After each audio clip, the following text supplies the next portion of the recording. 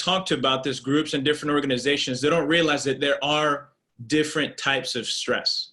So I'm going to talk to you about each different type, because I want you to be able to hit your stress from a couple of different angles to really see change in your life and start facilitating more of that peace in your life.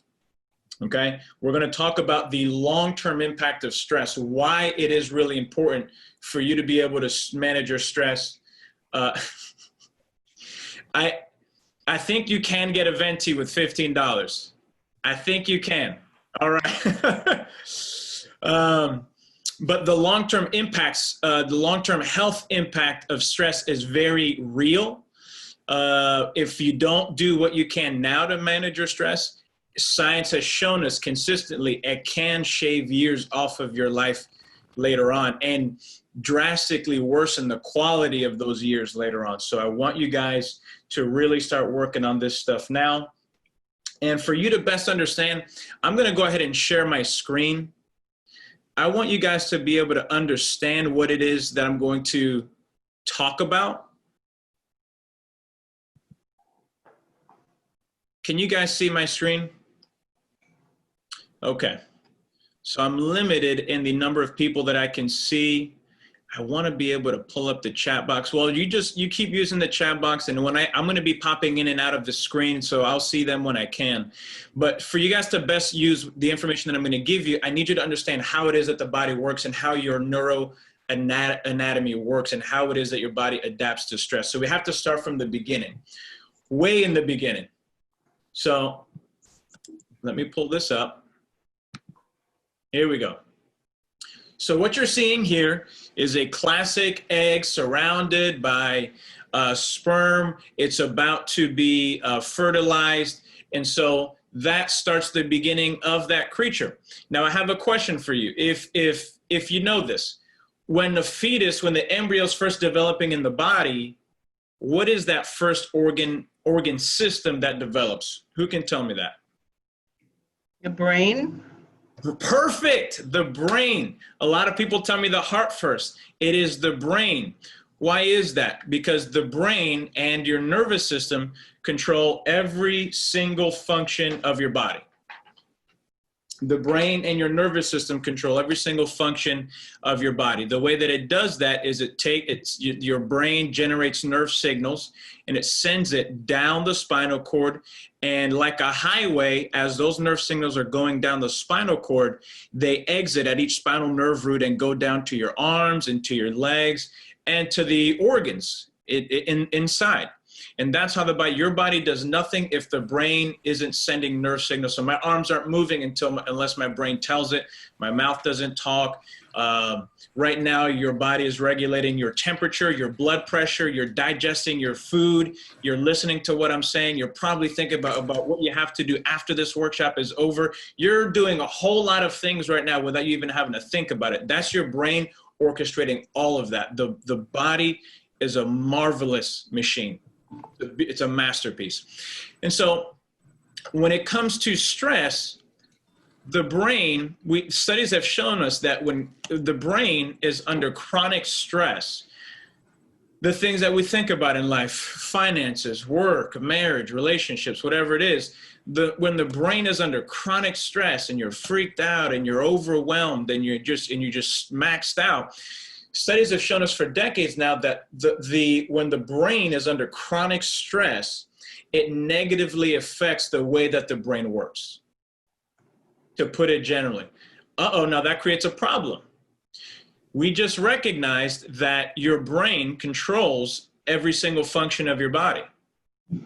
So if chronic stress if your brain controls every single function of your body and chronic stress negatively affects the functioning of your brain, what does that do to your body?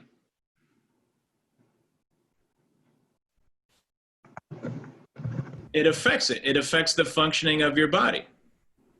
Let me go back to that. I just wanted to see people.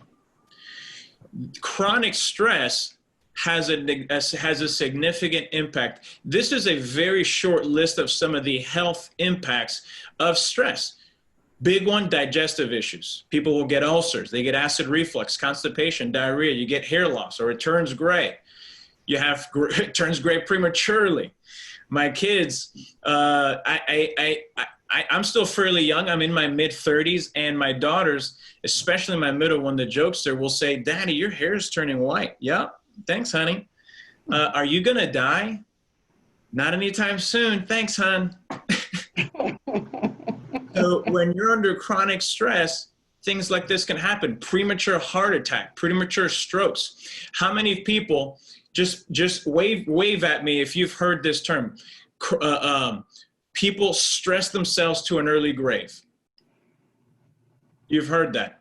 This is the mechanism. I want you to see this. This is the mechanism by which that happens.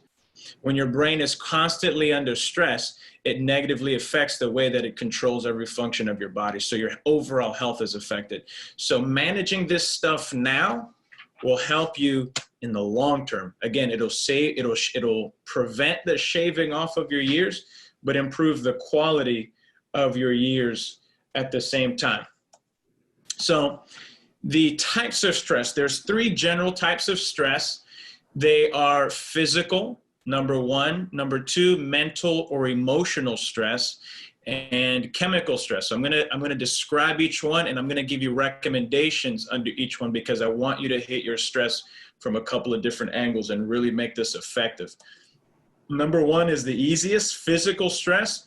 The first thing that I want you to note is that your spinal cord lives within the spine.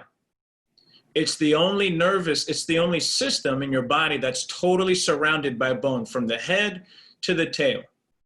Why is that? Because that nervous system is very delicate. If you injure it, you don't get it back. That system is also very important for your existence. It's running every single function of your body. That's why when a person has a neck injury, for example, let's say they break their neck, what happens? They end up a quadriplegic. That communication, that brain-body communication between the brain and the body was interrupted. So everything from the area of injury down is paralyzed. Perfect example, a popular example is Christopher Reeves. Wave your hand at me if you've heard of Christopher Reeves. All right, so sad case, but he had a neck injury. He was thrown off of a horse, and he had a fracture up at C1, and it permanently it severed, not severed completely, but it lodged into the spinal cord and interrupted that brain-body communication. So we know that he's paralyzed because his arms and his legs aren't moving. What people don't realize is that the organs inside are equally as paralyzed. So he had lungs, machinery breathing for him, distilling his blood, doing the work of the intestines. His organs were equally as paralyzed. Why? Because your organs get their job information, if I can put it that way, from your brain. So why am I saying this?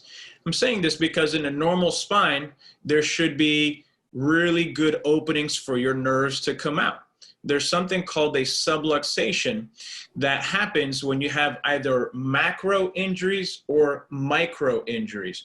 A macro injury is the big injuries. You have a fall, you have a car accident, you lift something heavy and you blow out your back.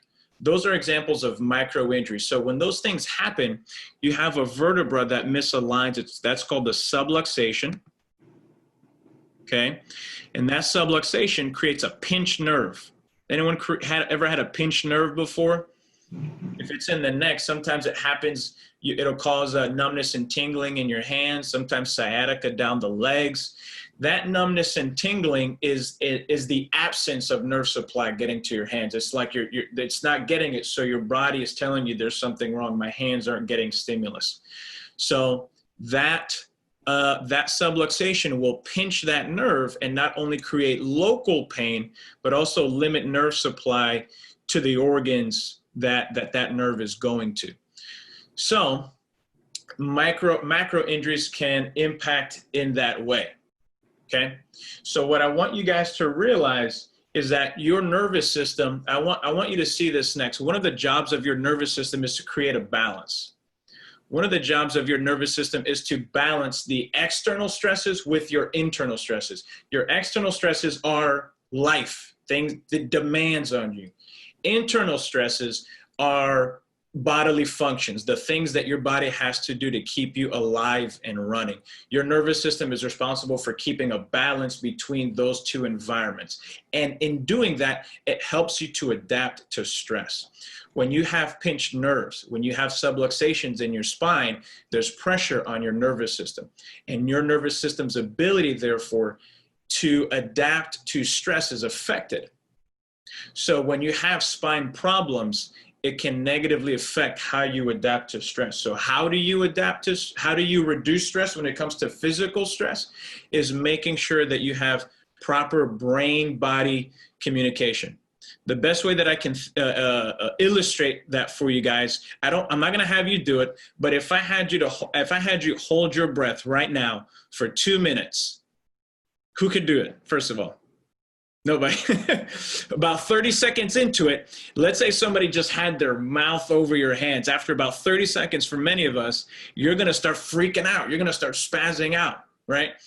That anxiety, that pressure, that panic, that is what's something similar to that. It's what's happening in your nervous system when you have pinched nerves, when you have subluxations that are putting pressure on your nervous system.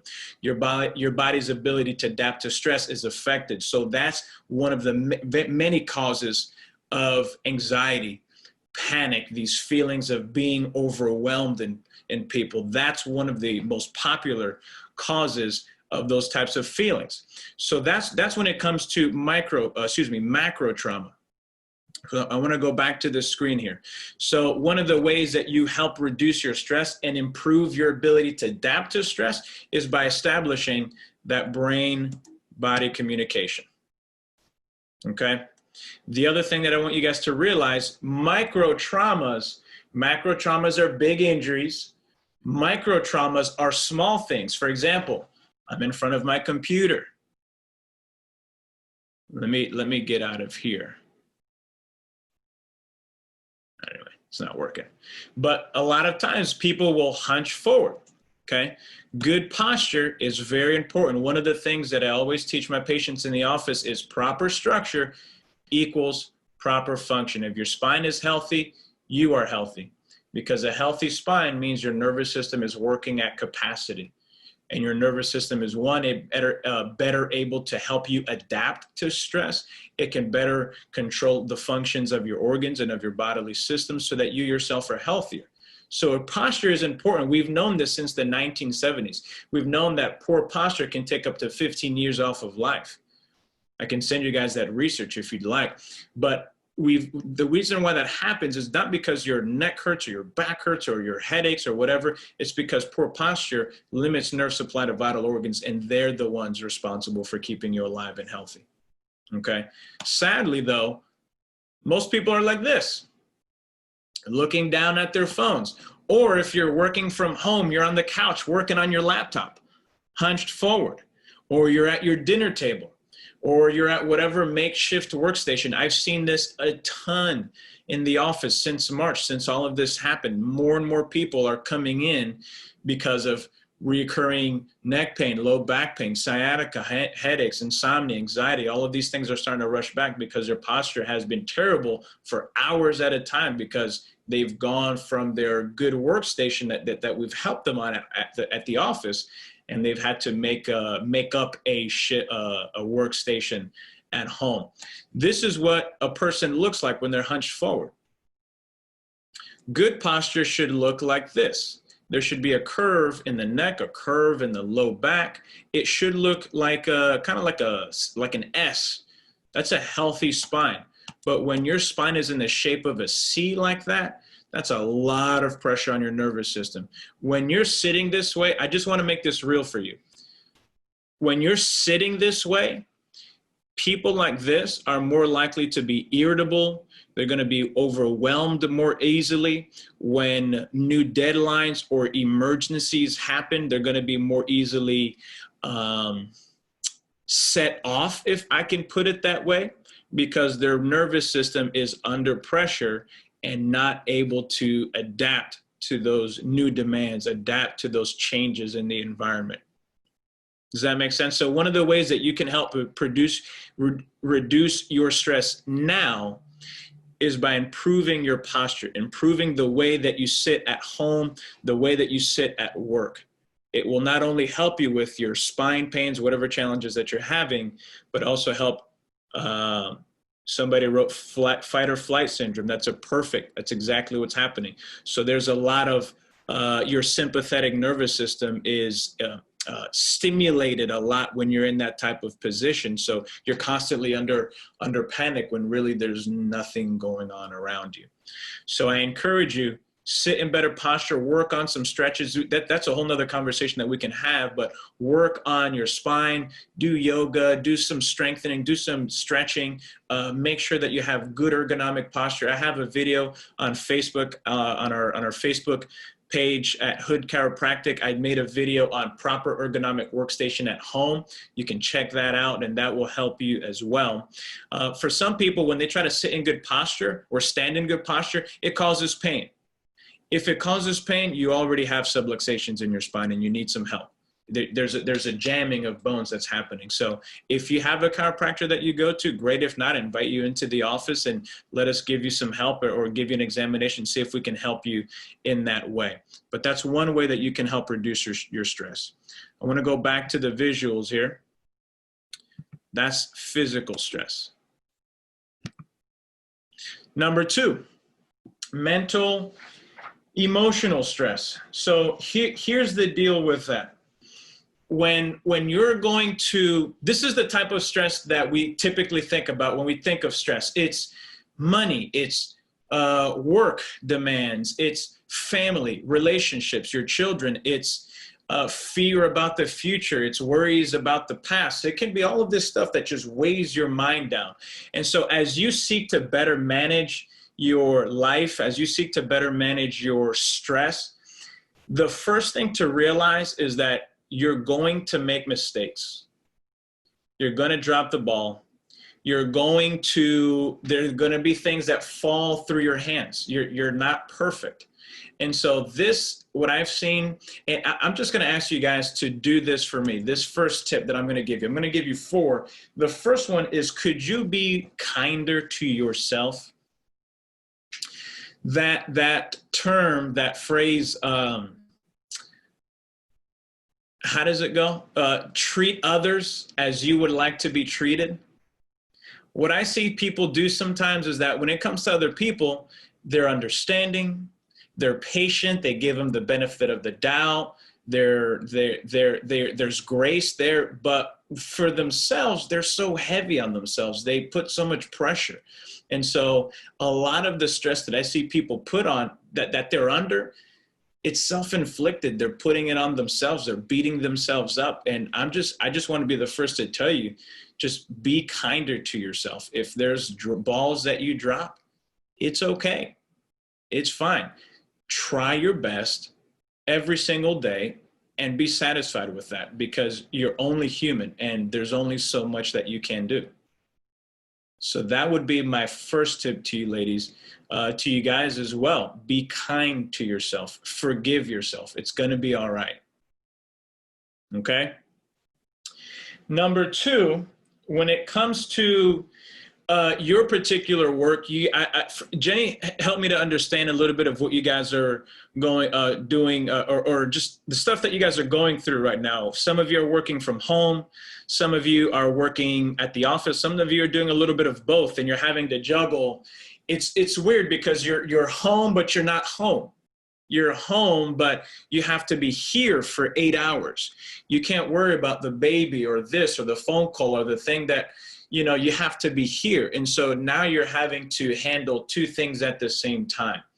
And it almost puts, we all have like a home agenda and a work agenda, but when you're working from home, it's like it becomes 2 and you try to multitask.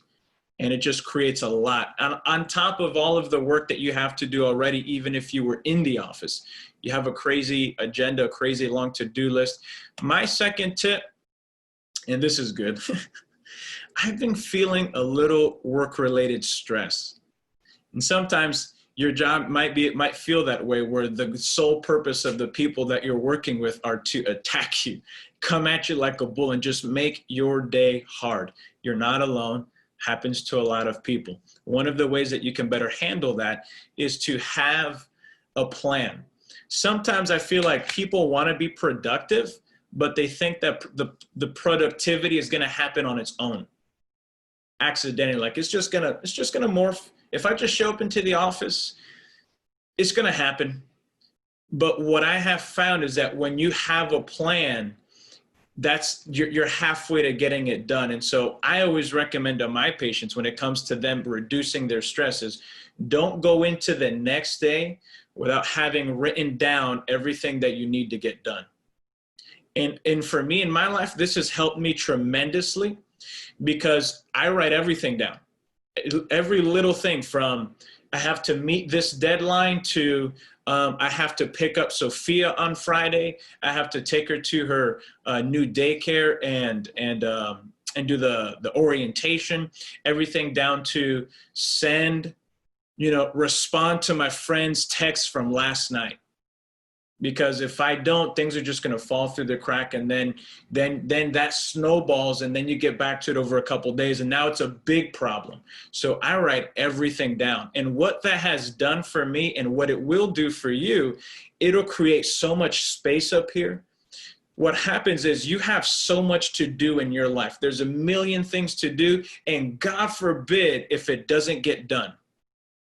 Like if you forget one of those things, it's terrible. It's the end of the world. There's so much stuff that you have to get done. And so when you're at work, you have all your to-do lists at the forefront of your mind. When you're at home, you have your to-do list here. So no matter where you're at, you're never like focused on what you're doing. If you're with your family, you never focus there because you're thinking about the office. If you're at the office, you're not present there because you're thinking about what you have to do at home when you pick up the kids and homework and all of that stuff as the school year starts back up. Writing this stuff down will give you a sense of peace, like, okay, I wrote it down. I'm not going to forget it. It allows you to start thinking bigger things. It allows you to start appreciating what's in front of you at that very moment instead of constantly being in the next moment, and not appreciating what's in front of you at that time. Having a plan, writing things down, and then prioritizing those things. That's going to be our next point. But writing things down and getting it off your brain and on paper will give you so much relief. I can't underplay how liberating that'll be for you. Having a plan.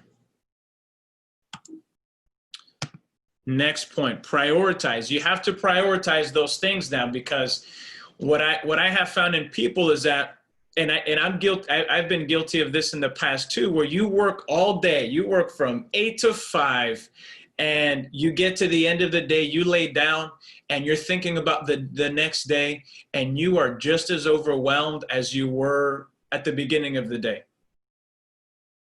You have just as much pressure on you, because what happens is that we spend hours working on something that really wasn't that high priority. And so, yeah, you got something done, but it wasn't the most important things. It wasn't the most urgent thing that needed to get done. So I'm going to show you a frame here. I'm going to show you a matrix that my mentor showed me, and it revolutionized my productivity. It showed me what things to work on and what things to not work on. That's big that you guys have to realize. There's only so much hours in the day. There's only so much that you can do. So you need to take the time that you have and work on things that have to get done. And that means saying no to some things that either won't get done, or you find help and you delegate to someone else.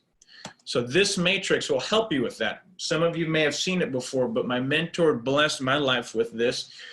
And so you have the columns here. You have urgent and not urgent, and then you have important and not important.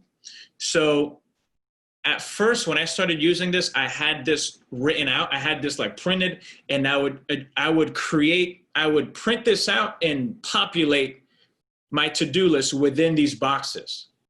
And this helped me to decide what needs to get done first, second, and so on. The first thing that you should always do at the beginning of your day is not read your email, is not check Facebook posts, it's not do any of that. The first things that you should do in your morning are the urgent and important things. These are things that are time sensitive, important things that if they don't get done, there are consequences. There are big ramifications. So these are things that you must do now. That's the first thing that you should do. Secondly, there are things that are important but not urgent. These are things that you would plan. This is where I put future stuff in.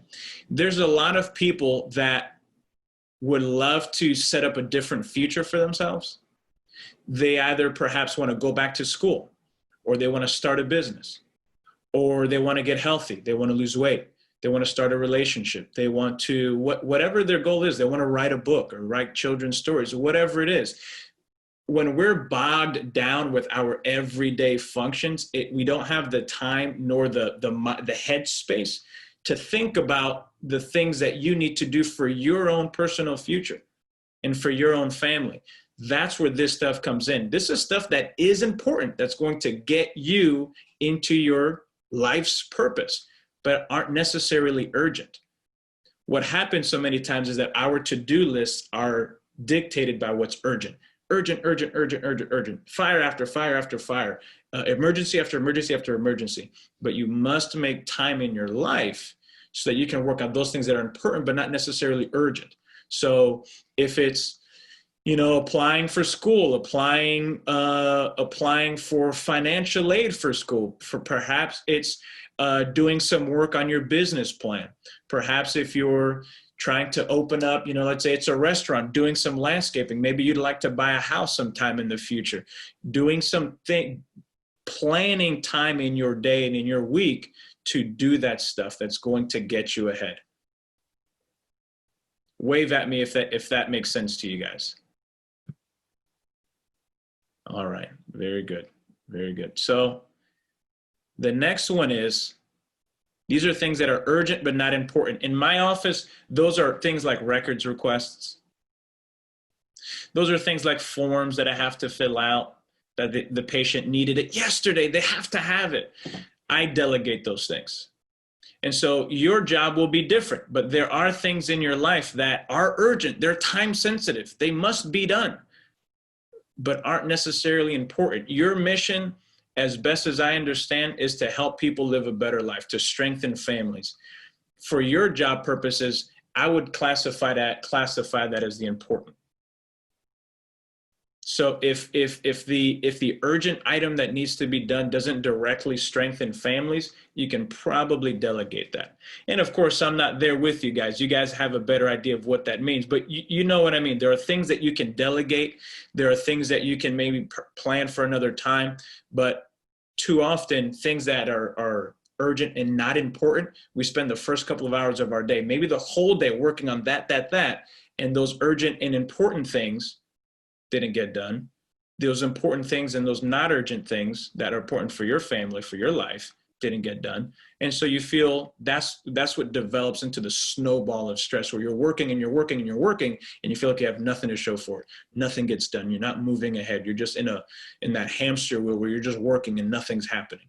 You have to prioritize your things in this box, and it will help you tremendously. Lastly, those things that are not urgent, not important, eliminate as best as you can. Those are things like organizing last year's files or something. You guys are with me. Obviously, organizing is important, but things that are not urgent nor important, let's not spend a lot of our time and see if you can delegate that, if not eliminate that all completely. Okay. So a lot of things that need to be done, and you'll be tempted to do this thing here. Oh, let me go back. You'll be tempted to multitask.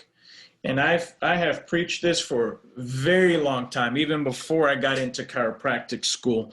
Multitasking is a myth. The brain doesn't really multitask when it comes to direct functions. I just said it. Your body right now, your brain, your nervous system is coordinating your temperature, your blood rate, your pulse rate, your blood pressure, your hormone balance. It's doing all of that without you even thinking about it.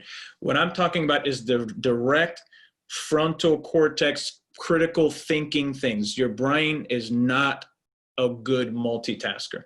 You may disagree with me. You may feel like, oh, I multitask great. Really, what you're doing is you're going. I want you guys to be able to see me. What you're doing is you're going from task A to task B really fast. You're just shuffling back and forth. And this shuffling back and forth, it wears you out. It leaves you mentally drained. And so you don't have full focus here.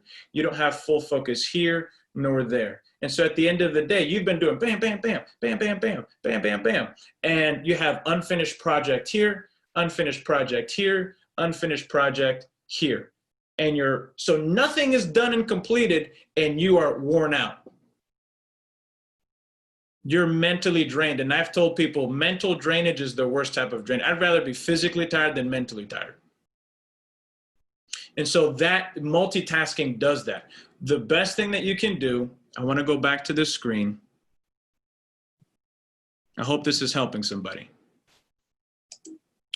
So as you go back to your priority matrix, you'll be tempted to go back and forth between. But what you need to do, so for example, the urgent and important stuff, if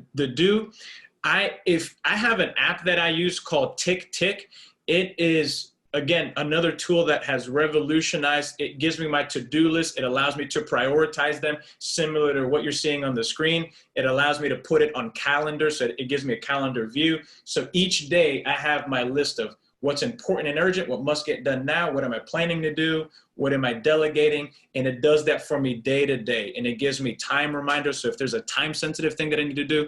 So if you're interested in that app, let me see. No, I hit the wrong button. Let me go back to the full screen. Here we go. That's really helpful. Okay. So I'm just making sure seeing if there's any questions. But if I'm gonna put here our website, our email, and if anybody wants to hear more about that app, I have zero affiliation with that app, but I love it because it has helped me tremendously. So you can email us there, and I can give you more information on that app, but I love it because it helps me to focus. It also gives me a feature where once I have a thing in mind, so let's say you have to get, I don't know, a report done, whatever it is, I'm not sure. If you have to get a report done, look at your clock and dedicate your next 20 minutes to doing just that, where you can sink in body, mind, and spirit, if I can put it that way, into that task.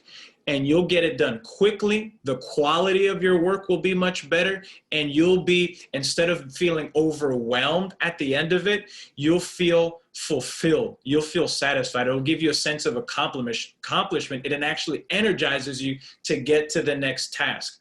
Instead of multitasking, this is what I'm talking about, having a plan. So if there's an urgent thing, plan, hey, 9 to 9:30, I'm going to do that thing.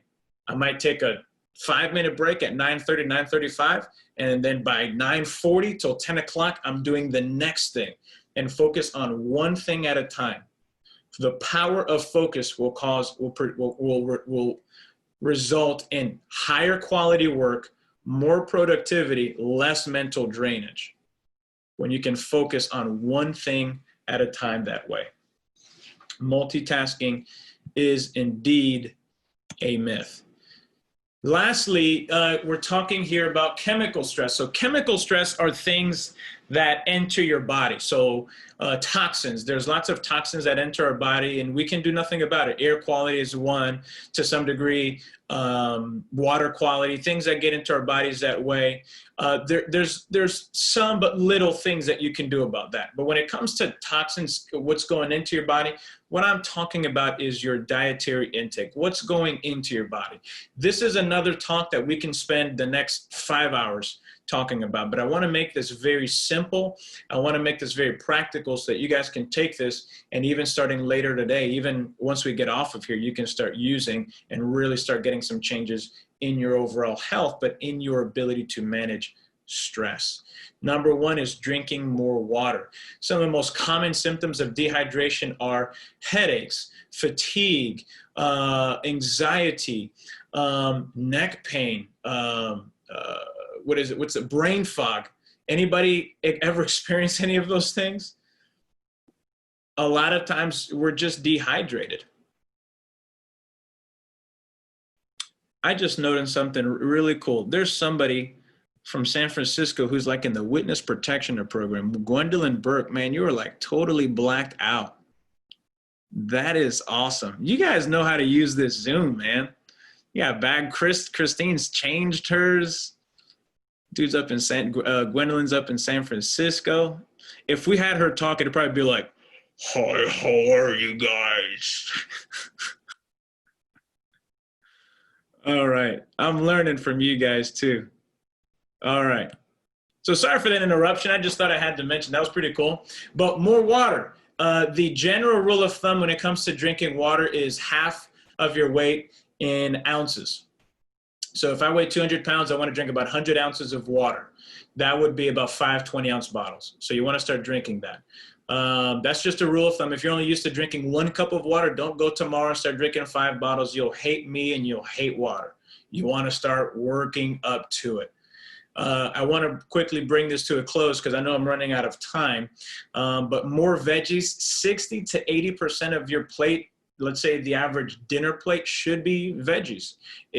We could go on for days. It's anti-cancer. There are many vegetables are antimicrobial. The fiber will help you feel more fulfilled. There's antioxidants. There's all sorts of health benefits. Patients will tell me, sometimes I just don't like vegetables. And I say, you know what? Tough. Suck it up. If you want to live a long, healthy life, you got to have vegetables. What I recommend for patients, if you're one of those, if you just don't like green things, if you don't like vegetables, cook it and season it like the way that you do your meat. So if you like grilled meat with a certain seasoning, grill your veggies and use that same seasoning. It'll taste better.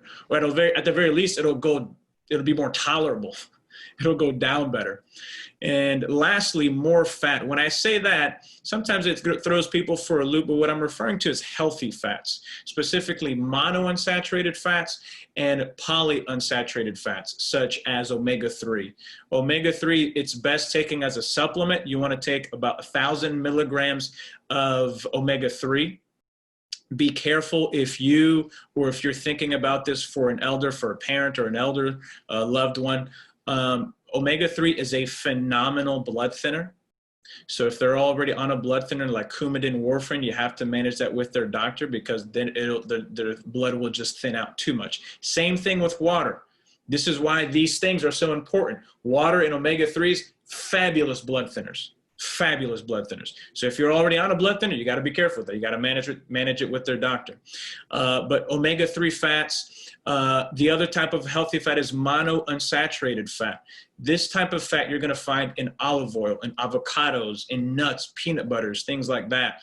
I don't know that science really knows how or why just yet, but studies have shown that people that have a higher intake of monounsaturated fats tend to keep a lower weight. It has to do with how your body metabolizes monounsaturated fats. So these low-fat diets, they may help you in the short term, but they're not really fueling your body for maximum health and nutrition.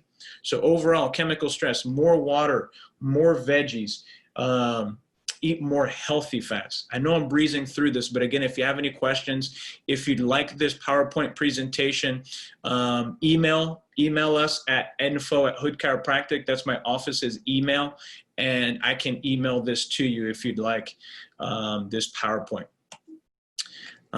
As I'm coming to a close, you want to be able to handle stress like a boss. A healthy spine is a healthy you. Better posture, better spine condition, you're gonna be better able to adapt to stress. Manage your agenda. What I've talked about, having a plan, prioritizing. I didn't put the myth of multitasking, but as you're seeking to do better in those things, there are going to be times where you slip up or you go back to old tendencies. It's cool. Be kind to yourself. You love yourself. Just be kind to yourself is what I mean. Have a plan, prioritize, focus on one thing at a time, and you'll be much more productive in your work. You'll have better quality work. You'll get more done, you'll realize, with less mental drainage. Okay, so you have actually some energy left over to serve your family or to think about for yourself. And then lastly, healthy eating. Along with those things, more water, more veggies, more healthy fat. You want to make sure that you're limiting sugar, limiting processed carbs. You want to limit those things because those also will tax your overall, all of your systems, including your nervous system.